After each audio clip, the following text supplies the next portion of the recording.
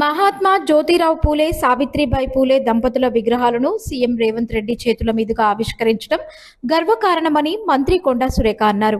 Hyderabad HMDA grounds లో జరిగిన కార్యక్రమంలో పాల్గొన్న ఆమె పూలే దంపతుల సేవలను స్మరించుకున్నారు. కుల వివక్ష, అంటరానితనం, సామాజిక అసమానతలకు వ్యతిరేకంగా పూలే పోరాడారని తెలిపారు. మహిళా విద్య, మహిళల హక్కులు, అణగారిన వర్గాల అభ్యున్నతికి పూలే దంపతులు చేసిన కృషి చిరస్మరణీయమన్నారు. బీసీల సంక్షేమానికి కాంగ్రెస్ ప్రభుత్వం ప్రాధాన్యత ఇస్తోందని, 42% బీసీ రిజర్వేషన్ల కోసం ముందుకు సాగుతోందని చెప్పారు. పూలే దంపతుల విగ్రహాలు సమానత్వం, విద్య, సామాజిక న్యాయానికి ప్రతీకలని మంత్రి పేర్కొన్నారు.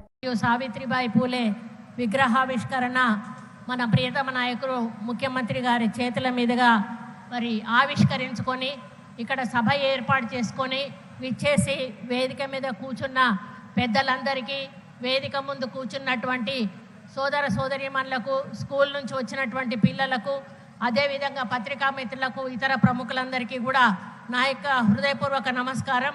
మరి మాట్లాడిన పెద్దలందరూ కూడా జ్యోతిరావు పూలే గారి గురించి చాలా వివరంగా చెప్పారు.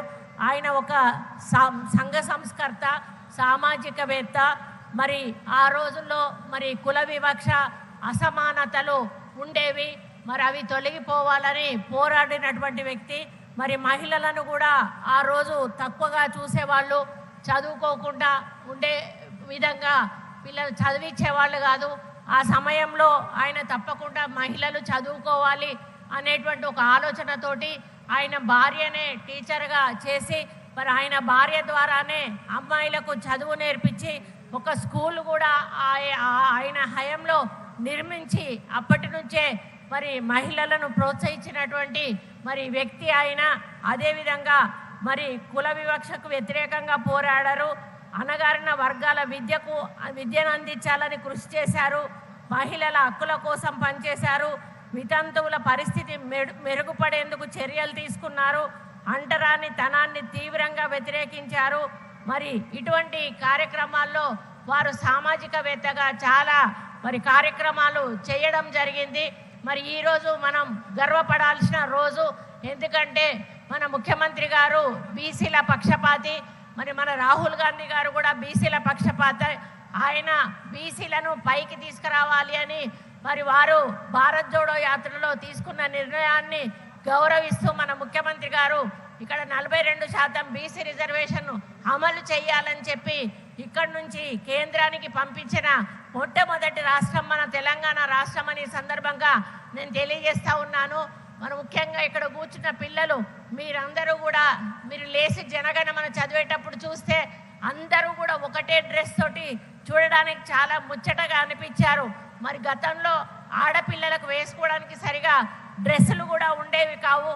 కానీ మన ప్రభుత్వం వచ్చినాక మన ముఖ్యమంత్రి గారు మొదటి రోజే పిల్లలకు మరి స్కూల్ దుస్తులు అందించడము, పుస్తకాలు అందించడము, అదేవిధంగా మరి టిఫిన్స్ పెట్టకపోవడం, బ్రేక్ఫాస్ట్ లేకపోవడం వలన పిల్లలు కొంతమంది స్కూల్కు రావడం తగ్గిపోతున్నారని బ్రేక్ఫాస్ట్ను కూడా ఈరోజు స్కూళ్ళల్లో పెట్టించడం వలన మరి పిల్లల సంఖ్య కూడా పెరిగింది.